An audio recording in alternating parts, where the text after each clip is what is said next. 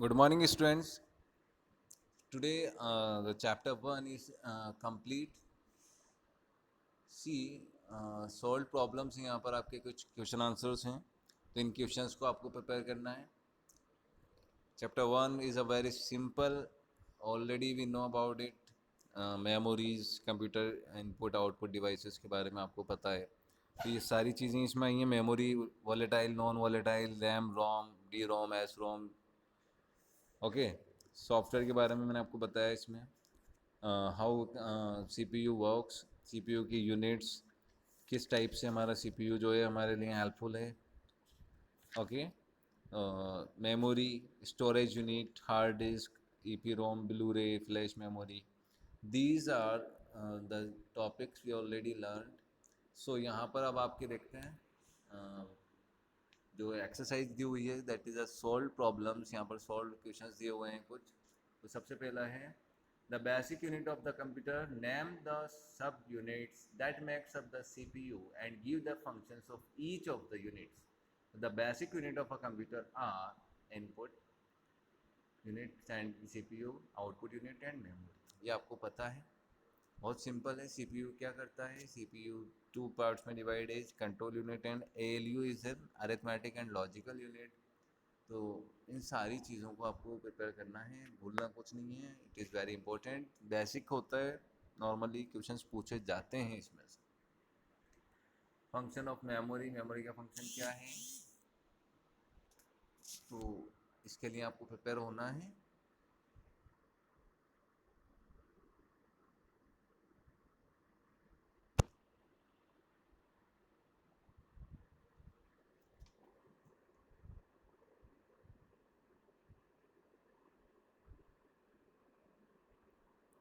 देखिए question number 3, give examples of each of system software and application software, explain the functions of each type. So system software mainly operating system, language processor and application software, ये आपके जो हैं system software में आते हैं. So first है operation system are single user operating system, multi user operating system, batch processing, multi processing. As a name suggests, single user supports single user, whereas multi-user support multiple users. Batch processing process the batches यानी group of jobs जो आपके IT companies में होते हैं, तो उस type के operating system होते हैं कि मल्टीपल ग्रुप्स इसमें आपस में एक साथ काम करते हैं. And multi processing operating system is capable of handling multiple CPUs at the same time. Language processors में आते हैं आपके इंटरप्रेटर, कंपाइलर एंड असेंबलर. अब देखिए इंटरप्रेटर क्या करता है, interpreter converts and executes an high level language program into object program line by line. Interpreter line by line आपके जो हाई लेवल प्रोग्राम्स हैं उनको कन्वर्ट करता है, जबकि जो कंपाइलर है वो क्या करता है, ये भी कन्वर्ट ही करता है हाई लेवल लैंग्वेज प्रोग्राम्स को, सोर्स कोड को आपके, लेकिन ये एक ही बार में पूरे कोड को जो है कन्वर्ट कर देता है बाइनरी लैंग्वेज में. बट जो आपका इंटरप्रेटर है वो लाइन बाय लाइन करता है. ये आपको आगे आएगा पाइथन में जब हम पढ़ेंगे, तो उसमें मैं आपको इसको क्लियरली समझा दूंगा. नेक्स्ट है आपका application software.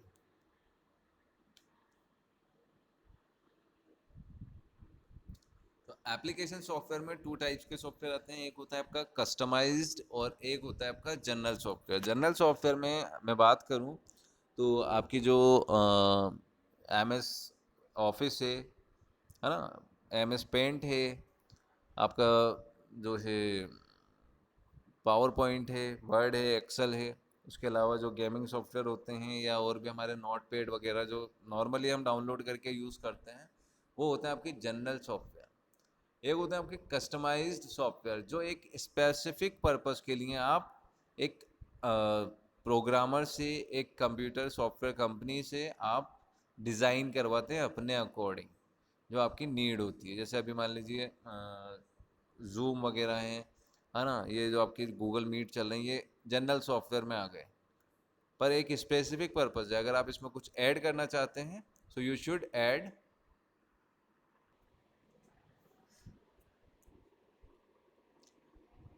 General software. Normally use करते हैं हम लोग, और customise software for specific purpose के लिए हम खुद जो है कंपनी से डिज़ाइन करवाता है। ओके, जैसे अभी एक स्टडी बेस आप यूज़ कर रहे हैं, तो ये स्टडी बेस में भी जो है एक स्पेसिफिक सॉफ्टवेयर है ये, कि आपके स्कूल ने इसको परचेज किया है और इसको जो है मेंटेन करने के लिए, इसमें कुछ नए फीचर्स ऐड करने के लिए जो है कंपनी रेस्पॉन्सिबल है, एंड इसके लिए आपको अलग से पे करना पड़ता है। ठीक है,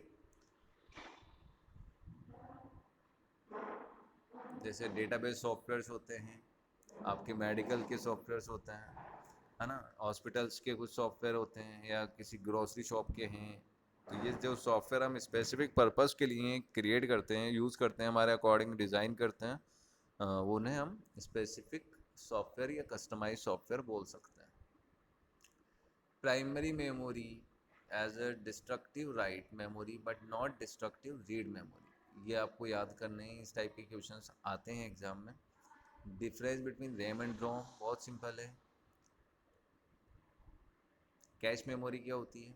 एक special high speed memory that stores most recently used data in order to speed up the process of instruction as execution. ये डेफिनेशन है, सिंपल सा चैप्टर था आपका ये, जो ऑलमोस्ट कंप्लीट है हमारा।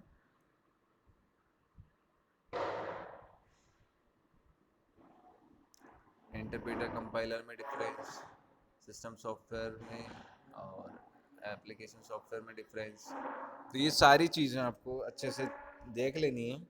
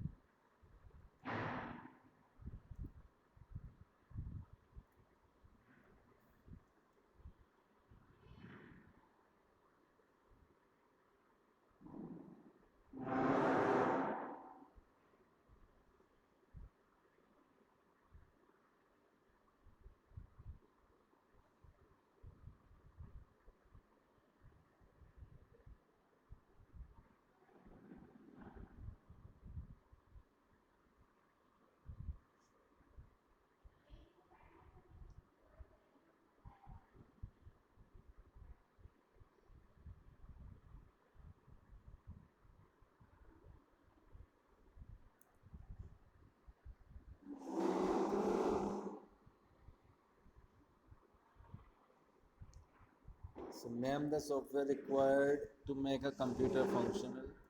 फर्स्ट है आपका ऑपरेटिंग सिस्टम, ये जो आपके कंप्यूटर को फंक्शन के लिए यूज आप कर सकते हैं किसी भी फंक्शन को, तो सबसे पहले आपको इस सिस्टम में ऑपरेटिंग सिस्टम होना चाहिए।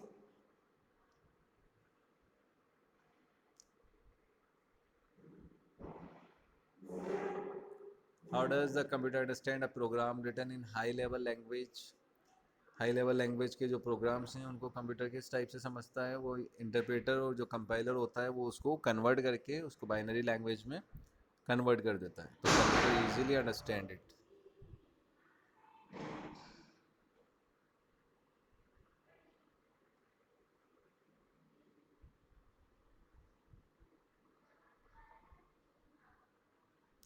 What is the need for secondary memory?